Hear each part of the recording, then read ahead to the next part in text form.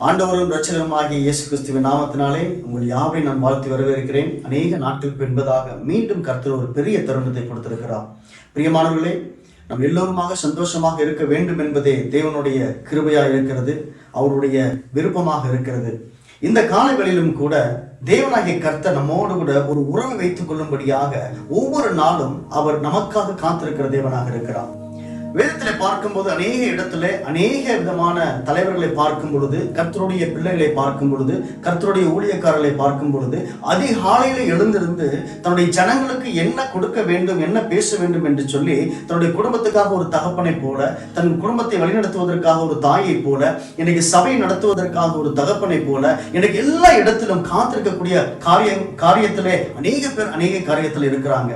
இன்றைக்கும் தேவன் பேசுகிற ஒரு காரியம் என்னவென்று சொன்னால், இன்றைக்கு இருக்கிற இந்த காலகட்டத்தை பார்க்கும் பொழுது, அதாவது இந்த செஞ்சுரியில பார்க்கும் பொழுது கர்த்தருடைய சத்தத்தை கேட்பதற்கு ரொம்ப, அதாவது பார்த்தீங்கன்னா மிகவும் கம்மியான ஜனங்கள், மிகவும் குறைவான ஜனங்கள் என்று சொல்லி நம்ம பார்க்கிறோம்.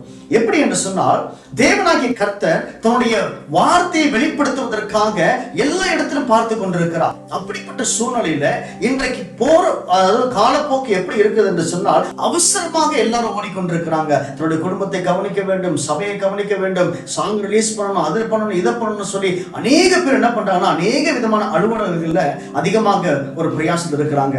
அப்படிப்பட்ட சூழ்நிலையில தேவனுடைய வார்த்தையை கேட்டு அதன்படி நடக்கும் பொழுது நமக்கு எப்படிப்பட்ட நன்மைகள் இருக்குது என்பதை நாம் குறித்து நம்ம பார்க்க போகிறோம். இன்றைக்கும் கூட எபிரேயர் 4ஆம் அதிகாரம் 7வது வசனத்திலே இப்படியாக சொல்கிறது, இன்று அவருடைய சத்தத்தை கேட்பீர்களாகில் உங்கள் இருதயங்களை கடினப்படுத்தாதிருங்கள் என்று வெகு காலத்திற்கு பின்பு தாவீதின் சங்கீதத்திலே சொல்லியிருக்கிறபடி இன்று என்று சொல்வதனாலே பின்னும் ஒரு நாளை குறித்திருக்கிறார். அப்படின்றா, இன்றைக்கு நீங்கள் தியானிக்கும் பொழுது, இன்றைக்கு நீங்கள் ஜெபிக்கும் பொழுது தேவன் எந்த வார்த்தையை பேசுகிறாரோ அது ஒருவேளை கடினமாக இருக்கலாம், இல்லை ஒருவேளை ஆசீர்வாதமான வார்த்தையாக இருக்கலாம், இல்லது ஒருவேளை வாக்குத்தத்த வசனமாக இருக்கலாம்.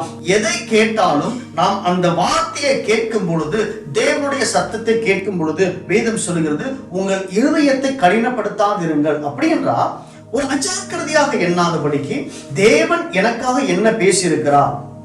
ஒரு எடுத்துக்காட்டுக்காக இன்றைக்கு நான் சங்கீதத்தை வாசித்துக் கொண்டிருக்கிறேன். 23ஆம் சங்கீதத்தை வாசிக்கும் போது கர்த்தரின் மேய்ப்பராய் இருக்கிறார், நான் தாழ்ச்சி அடையேன் என்று சொல்லி நான் வாசிக்கிறேன் என்று சொன்னால், அந்த வசனத்தை குறித்து நான் தியானிக்க வேண்டும். தேவன் என்னோடு கூட பேசியிருக்கிறார், அவர் என்னுடைய மேய்ப்பராக இருக்கிறார், ஆகையினால நான் எந்த காரியத்துக்கும் நான் குறைவுள்ளவனாக இருக்க மாட்டேன் என்று நான் தியானித்து அதனுடைய நன்மை தீமைகளை அறிந்து நான் செயல்படும் போது நான் அந்த வசனத்துக்கு கீழ்ப்படுகிறவனாய் காணப்படுகிறேன்.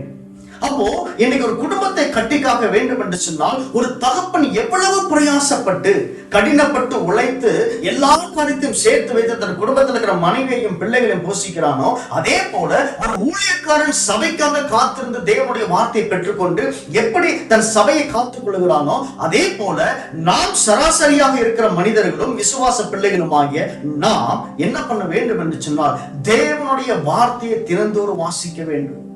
அந்த வார்த்தையை நாம் வாசித்துக் கொண்டிருக்கும் பொழுது தேவனுடைய வார்த்தை நமக்கு வெளிப்படுத்தப்பட்டது என்று சொன்னால், அந்த வெளிப்படுத்தப்பட்ட வசனத்தை குறித்து நாம் தியானித்து, ஆண்டவரே எனக்கு என்னிடத்துல பேசுறீங்களப்பா, இந்த வசனத்தை குறித்து எனக்கு ஞானத்தை கொடுங்க, நான் அதன்படியாக கீழ்ப்படிய வேண்டும் என்று சொல்லி நாம் அதற்கு பிரகாரமாக செயல்படும் போது தேவன் ஒரு பெரிய காரியத்தை வைத்திருக்கிறார்.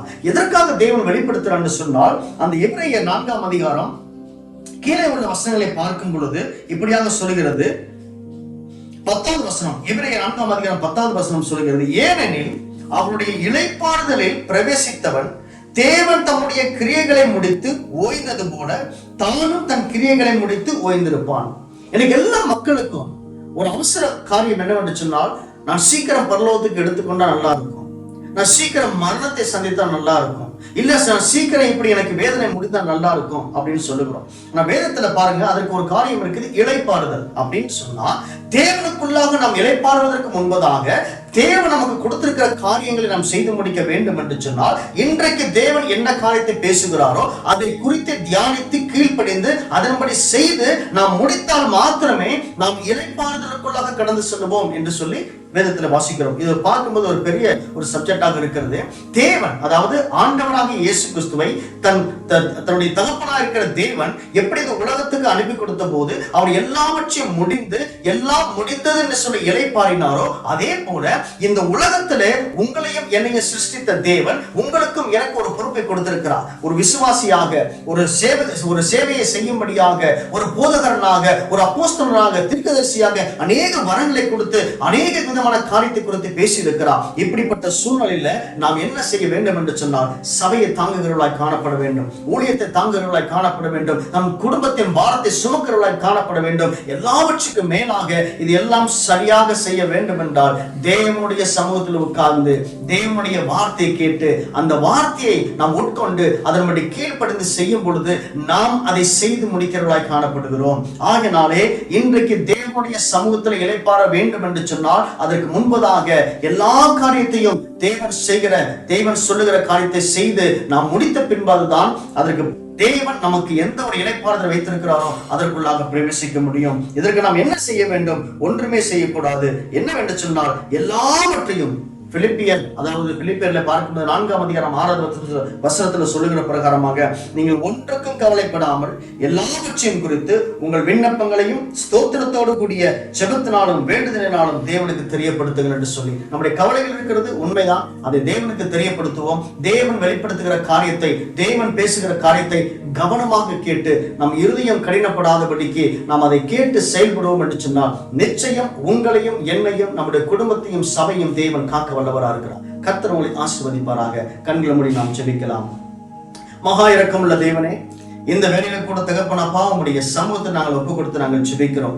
தேவனாகிய கர்த்தர் உம்முடைய வார்த்தையை நாங்கள் கேட்டு ஆண்டவரே எங்களுடைய இருதயத்தை கடினப்படுத்தப்படக்கூடாதபடிக்கு ஆண்டவரே அப்பா அதன்படி செய்ய உதவி செய்யுங்க. ஆண்டவருடைய வார்த்தையை நாங்கள் கேட்டு அதன் பிரகாரமாக நடக்க உதவி செய்யுங்க. அந்த வார்த்தைக்கு கீழ்ப்படிந்து ஆண்டவர் எங்களுக்கு கொடுத்த பொறுப்புகளை நாங்கள் செய்வதற்கு தேவனாய் கர்த்தர் கிருபை செய்யணுமா நாங்கள் ஜெபிக்கிறோம் அப்பா. ஆண்டவரே இந்த வெளியில கூட தகப்பன் அப்பா உம்முடைய சமூகத்தை நாங்கள் இளைப்பாறுவதற்கு முன்பதாக நீர் கொடுக்கப்பட்ட எல்லா விதமான பொறுப்புகளையும் நாங்கள் சரியான முறையில செய்ய உதவி செய்யுங்க. ஆண்டவரே இன்னைக்கு கவலையோடு பிரச்சனையோடு வியாகுலத்தோடு இருக்கிறதான பிள்ளைகள் இயேசுவின் நாமத்தினால ஆண்டவரே அப்பா ஸ்தோத்திரம். ஆண்டவரே அவங்களுக்கு இருக்கிற கவலைகளுக்கு மத்தியில எல்லாவற்றையும் உமக்கு தெரியப்படுத்தும் போது நீர் தெய்வீக சமாதானத்தை கட்டளையிடுகிறேன். ஆண்டவரே எங்களுக்கு கொடுக்கப்பட்ட பொறுப்புகளிலே நாங்கள் நிலைநிற்க உதவி செய்கிறீர் தகப்பனே. அப்படியாக செய்யப்படுவதற்காக நன்றி செலுத்துகிறோம். உடைய நாமத்தை மகிமைப்படுத்துகிறோம். ஆசீர்வதிப்படுத்தும் இயேசுவின் நாமத்தில் ஜெபிக்கிறோம் எங்கள் ஜீவனுள்ள நல்ல தகப்பனே. ஆமென், ஆமென், ஆமென். கர்த்தர் தாமே உங்களை ஆசீர்வதிப்பாராக.